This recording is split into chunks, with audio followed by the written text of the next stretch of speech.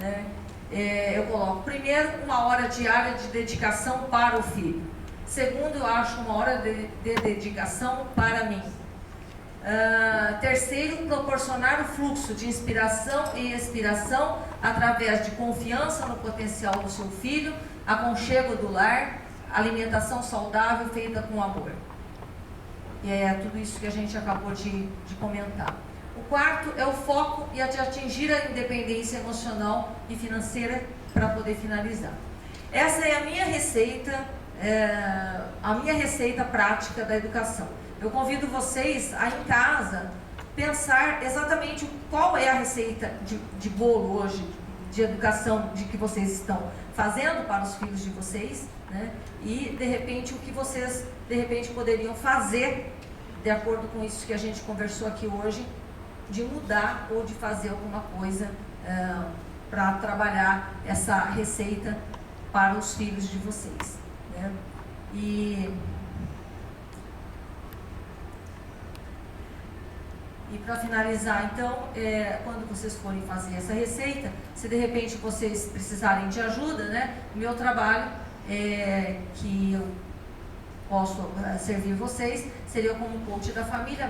A primeira orientação é gratuita, e eu estou terminando de escrever o meu livro, que é Como Educar Nossos Filhos para Terem Sucesso Pessoal e Profissional, que seriam 70 perguntas intrigantes com respostas inovadoras, e no meu blog eu tenho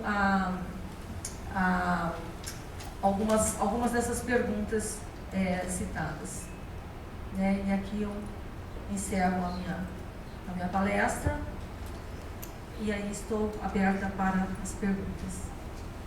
Quero fazer uma primeira, porque fica muito assim, eu acho que o incentivo à criança é muito válido, sempre é muito válido, mas o sempre apoiar ele mesmo nas coisas erradas me preocupa, porque deve falar, bom, a minha mãe está comigo, então eu faço o que eu quiser, e isso me preocupa um pouco. O limite dele testar até o que ele pode, e quando isso é perigoso, até da linha dele sempre retornar. Estou falando de drogas, estou falando de um sexo com um adolescente, várias coisas que o retroceder só é muito prejudicial, porque ele já teve um déficit enorme, né? Seu nome é?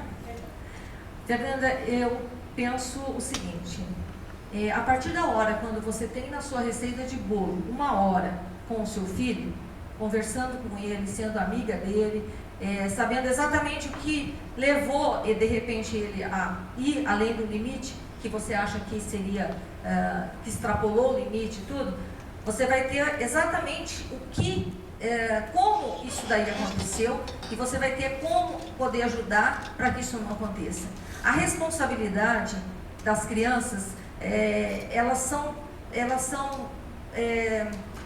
andam em paralelo com a autoridade que você delega a elas, né? Então, os meus filhos desde pequenininho, desde quando estão 6 anos, eu nunca acompanhei tarefa nenhuma com eles, entende? A autoridade, eu delego a autoridade para eles, mas a responsabilidade vai junto. É igual dentro de uma empresa. Quando você vai fazer ISO 9000, não é assim que funciona? A primeira coisa que você tem que determinar é qual a autoridade e responsabilidade de cada função dentro de uma empresa.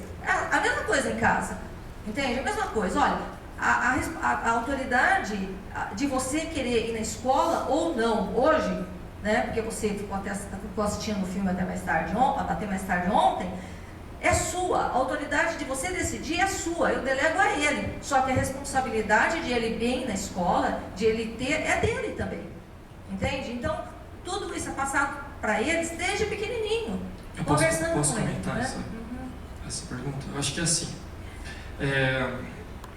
uma coisa que minha mãe sempre falou pra gente, que é uma coisa muito legal, ela dando bronca no Gabriel é um barato, assim, porque ela vira e fala assim: Gabriel, isso que você fez está muito errado. Isso que você fez, você sabe que está errado, não é para você fazer isso, e eu estou te dando bronca por causa disso, mas ainda assim eu te amo.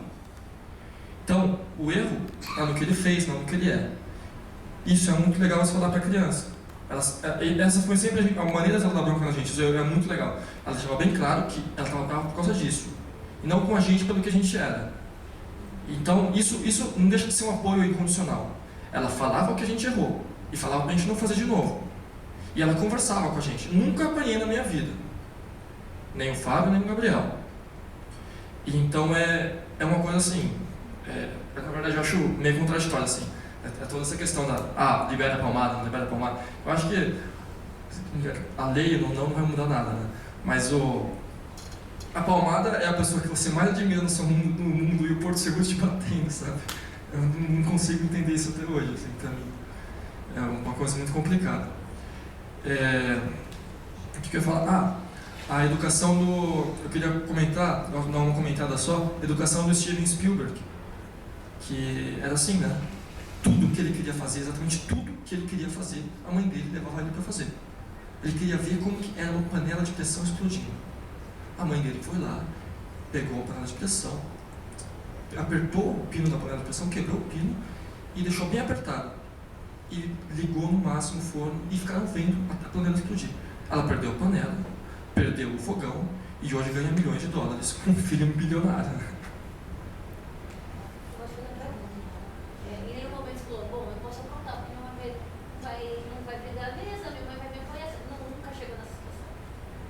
É uma questão. É uma questão diferente, porque eu pulando a escola, eu já sei que vai existir um mundo contra mim. Mas o respaldo do mundo, de uma maneira geral, já vai ser uma coisa que vai me prejudicar. Então, você não precisa de ter todo o mundo ir contra você. É bom que você tenha alguém que te apoie. Você pode ser que todo mundo esteja contra você, mas você sabe que quando você voltar para sua mãe, ela vai te ajudar. Eu acho que isso é muito legal, sabe? Então, acho que assim, já existe uma resposta automática do mundo, assim como existe quando você é adulto e você não tem a sua mãe para controlar o que você vai fazer ou não. Então, acho que é muito assim, quando os meus sobrinhos, os meus primos adoram brincar comigo, né? Porque eu brinco com eles como criança mesmo. Então, eu acho que a gente tem esse nível de igualdade, que eu acho que é o que o Frenet falava, se eu não me engano, né? Que é você tratar a criança como sendo uma dela. Você elevar a criança e brincar com ela como sendo uma criança. E daí sim ela vai se divertir, né? Não brincando de correr, assim. Eu corro mesmo, jogo bola com isso daqui, jogo de verdade, sabe? Mesmo assim. Tem mais alguma pergunta?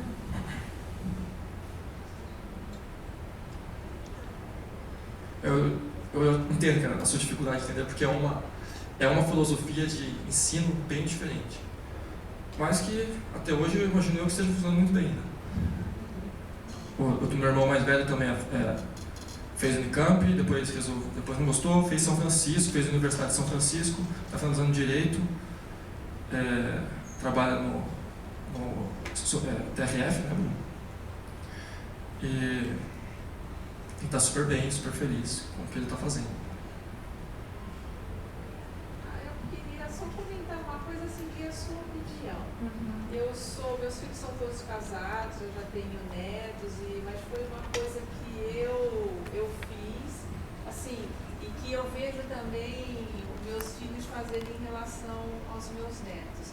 É o fato da criança desobedecer, fazer coisas que não estão certas, em vez de bater, dá um castigo, tira uma coisa que ele gosta, tira a televisão, tira o computador, tira outra coisa, é um castigo que dá, vamos supor, por uma semana, um dia, sei lá, depende. O que você acha disso? Do castigo. Desse tipo de castigo, não de bater, mas esse tipo de castigo. Uma vez o meu filho me perguntou, mamãe, por que você nunca me deixa de castigo? Ele perguntou, por que você nunca me deixa de castigo? Né? Porque os amigos dele, os pais deixavam de castigo. Né? Eu penso assim, a minha função como educadora, né, é ensiná-los a ser felizes, é ensinar a realmente ter competência de viver a vida. Então, por que se eu gosto tanto deles, eu vou privá-lo de uma coisa que ele gosta, entende? Eu acho assim, as coisas às vezes não são bem explicadas. A comunicação dos pais com os filhos, né, ela está muito deteriorada. Então, a gente não sabe, tem um exemplo bem que eu gosto de ilustrar, que uma vez o Rafael sempre aprontou muito, ele tinha acho que 5 anos de idade. Aí eu comprei um conjunto de sofá de couro, que era o meu sonho. Aí acabou de chegar, ele simplesmente riscou todinho com caneta esferográfica, ele riscou todinho, né? E eu estava muito brava com ele, né? Daí eu cheguei para ele e perguntei assim, por que você riscou? Ele falou, porque é muito legal, foi muito bom, entende? Foi muito bom, né? Ele não estava sabendo, se eu batesse nele naquele momento, ele não ia nem saber o porquê que ele estava apanhando, entende?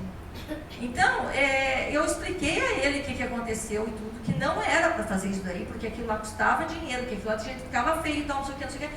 Mas expliquei para ele, sem alterar, sem nada, tudo, ele entendeu, entende? Ele entendeu a situação. Então, quer dizer, eu acho que a criança, às vezes você põe ela de castigo, ela não está sabendo nem o que está acontecendo. Entende? Hoje em dia, cada vez mais a gente tem menos tempo para poder explicar a elas. E isso é que eu acho que deteriora esse relacionamento, eu acho que isso é que complica tudo, né? A gente quer a gente dá para a criança uma comida industrializada, porque tem pouco tempo, porque o pai tem que trabalhar, a mãe tem que trabalhar, né? Mas de repente, o dinheiro que a gente está ganhando com tudo isso, com uma vida tão corrida e tudo, né? Será que depois a gente não vai ter que gastar com remédio por causa de alimentação, com remédio para psicólogo, porque vai ter problemas emocionais e tudo isso, entende? Então eu acho assim que é tão simples para mim a coisa da educação, entende? É simplesmente olhar para a criança e falar assim, não, eu não tenho poder sobre essa criança, entende? Eu não sou dona dessa criança, eu tenho a responsabilidade, Deus deu essa criança para mim, para que eu fizesse essa educação, como eu disse, e entregasse para o mundo. Entende? Então, se a gente vê isso e olha dentro dos olhinhos dele e vê o humano que ele tem e o divino que tem no olho dele, entende? A gente não vai maltratar essa criança, a gente não vai querer o mal dela, a gente, sabe? Não vai ser através de palmadas, não vai ser através de castigos que a gente vai corrigir alguma coisa, vai ser através do amor. Eu acho que é muito uma questão de as pessoas acharem que as crianças não entendem o que você fala. As pessoas batem porque elas pensam que se falar, a criança não vai entender, que ela fala outra língua, não sei. Então, explicar para a criança e saber que ela vai entender. A criança entende, sabe? A criança entende o que você fala normalmente. Quer dizer, quando seu amigo faz alguma sacanagem com você, sei lá, te esquece na balada e vai embora. Eu não vou chegar aí e bater no meu amigo porque ele fez alguma mancada comigo. Da mesma maneira, eu não vou fazer isso com uma criança, sabe? Eu acho que é muito frener nesse ponto. Saber tratar a criança como ser humano. Pois não. Depois a gente... Pois não.